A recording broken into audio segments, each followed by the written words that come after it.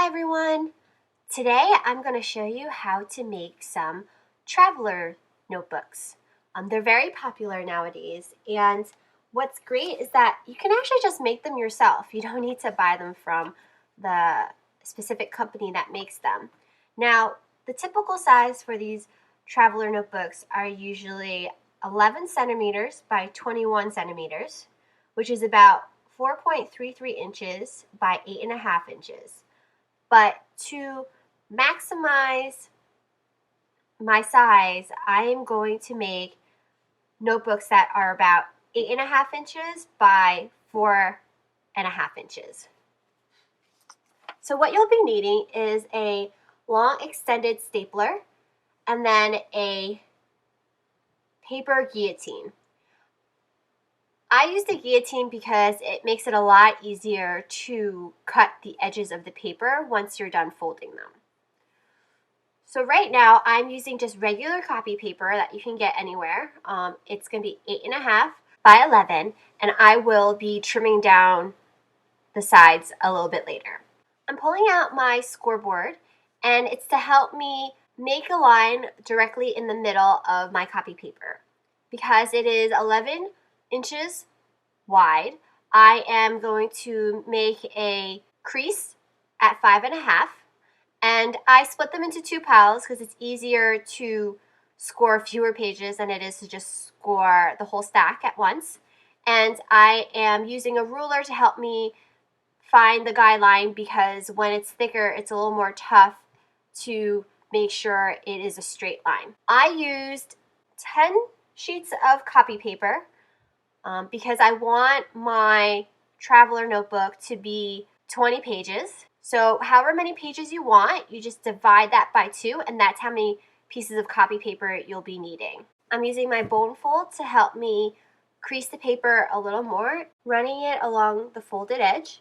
And now I'm just inserting one of the stacks of copy paper into the other to make my complete interior traveler's notebook. Now I picked this paper for my cover. I really like the repeated love as well as the color, the bright color of the pattern paper. I'm cutting it down to be 8.5 tall, and then I will cut it to be 9 inches wide, because when you fold it in half, you will get 4.5 as the width of your notebook. I'm using my scoreboard again to find where the midway point is, and for 9 inches it will be at the 4.5 mark. I pull out my ruler again just to help me find the correct line and use my bone fold to make the score down the middle. So now I have completed the cover of my notebook. I'm inserting my copy paper. As you can see, the copy paper is a bit bigger than the cover. I will be taking off the excess a little bit later. But first, I'm going to mark where I want to staple for my binding. For these notebooks, I usually like to do a stapler because it's a lot easier and it's really quick. I measure 1.5 inches from the sides for my binding, and that is where the stapler will have one of its prongs go through. So that helps me keep the binding and the staples even between the top and the bottom.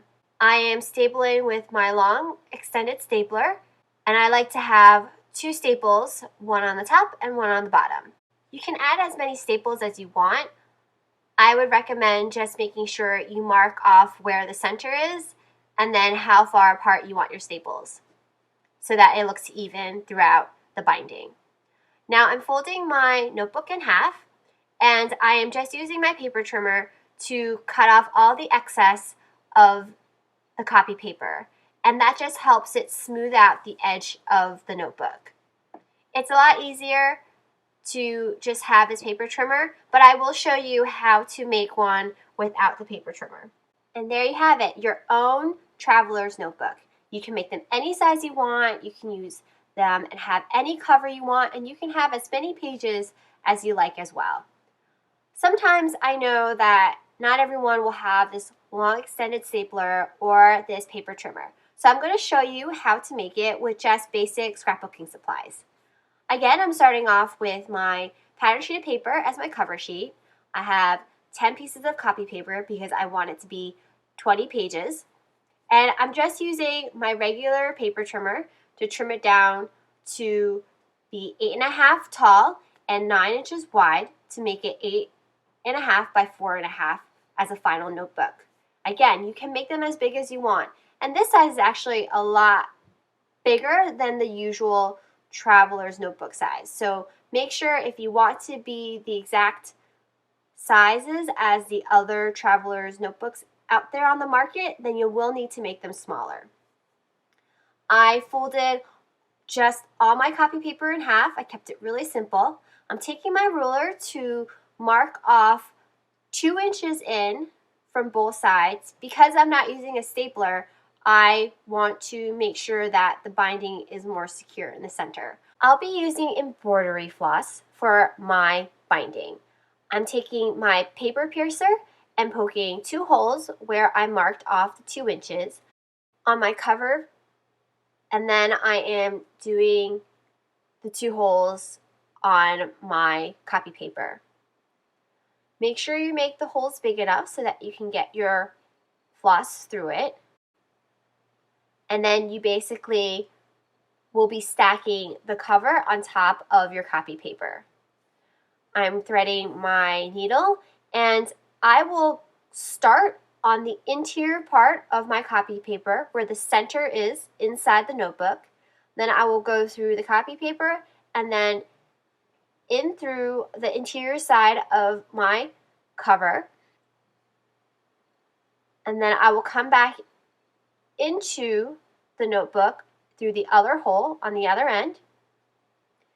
And I'm going to do this twice because I just want it to be more secure than one loop. So I do 2 loops of the floss, and I end up again back inside because I do not want my floss on the outside of the notebook. I want it on the inside. And once I get back in, I just tie a simple double knot and tie a little bow, and that secures the binding for my notebook. I don't care for such a big bow in the center, so I will be making it small and taking my pair of scissors just to trim off the extra pieces. Now that the binding's done, I need to remove the excess parts of the copy paper. So I'm folding my notebook to be in its completed position, and I'm taking my ruler and my X-Acto knife, and I will be slicing the paper vertically to just slice off the extra paper. It does take a couple of times to remove all of it, but that is what I would recommend if you don't have a large paper trimmer. So that's how I make traveler notebooks. If you like this video, please give me a thumbs up. If you have any comments or questions, leave them below, and I hope you have a crafty day.